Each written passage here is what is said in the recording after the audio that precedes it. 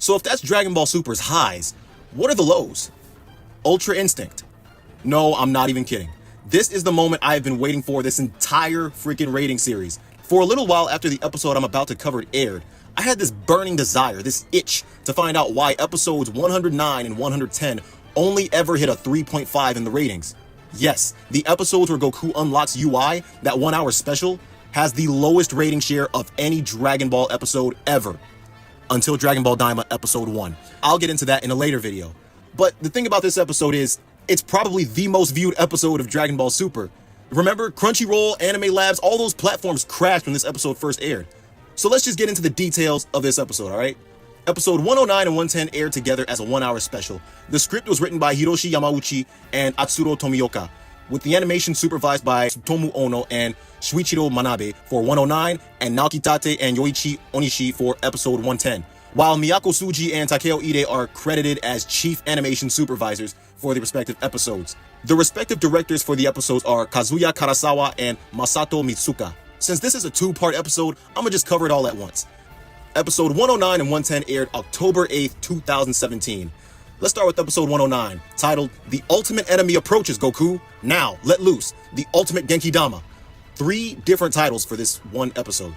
Okay, Goku's thinking about a stronger opponent while fighting Ribrianne, so she transforms, but Goku knocks her down right in front of Jiren. Ribrianne flees, and Jiren's powers making the whole world of Void shake. Remember that sentence, he's making the whole world of Void shake. Then, the fight breaks out and Jiren totally outclasses Goku, even while in SS Blue with the 20 times Kaioken stacked on top of it. So Goku pulls out his trump card, the Genki Dama. It has 0 effect. Jiren effortlessly pushes it back at Goku, and it seemingly kills him, which carries over into the next episode, 110. Son Goku wakes, new level of the awakened. The blast engulfs Goku and everyone believes he's dead. Jiren won't be penalized for it though because it was Goku's move. There's a brief lull in action, then the whole world of Void begins to shake once again, and Goku rises from the rubble, emitting heat and looking very different. Goku has unlocked Ultra Instinct. That's right, Goku has unlocked Ultra Instinct.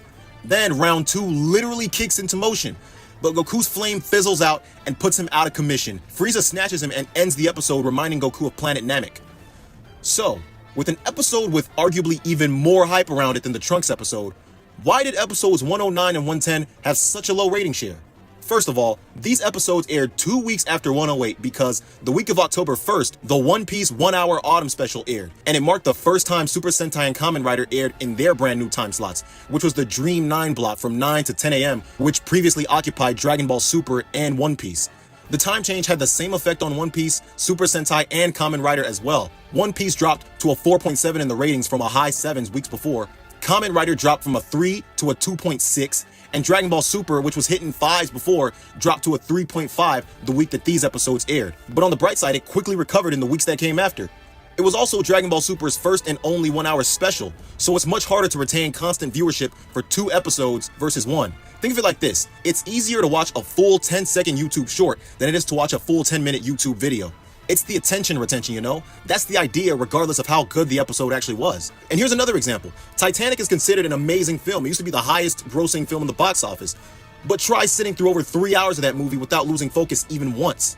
And regardless of the changes, Dragon Ball Super was still ranked in 6th place in the ratings, which is pretty consistent and typical for the show, suggesting that there wasn't anything as far as episode content that drew in a low rating, but more so outside business matters. And so that's the story behind the highest and lowest rated episodes of Dragon Ball Super. For next time, I'll review all of Dragon Ball's dips in ratings during Golden Week, so stay tuned for that. And also, when Dragon Ball Daima's done airing, I'll make a video on Dragon Ball Daima's highest and lowest. So I'll catch y'all there, and I'll see y'all later.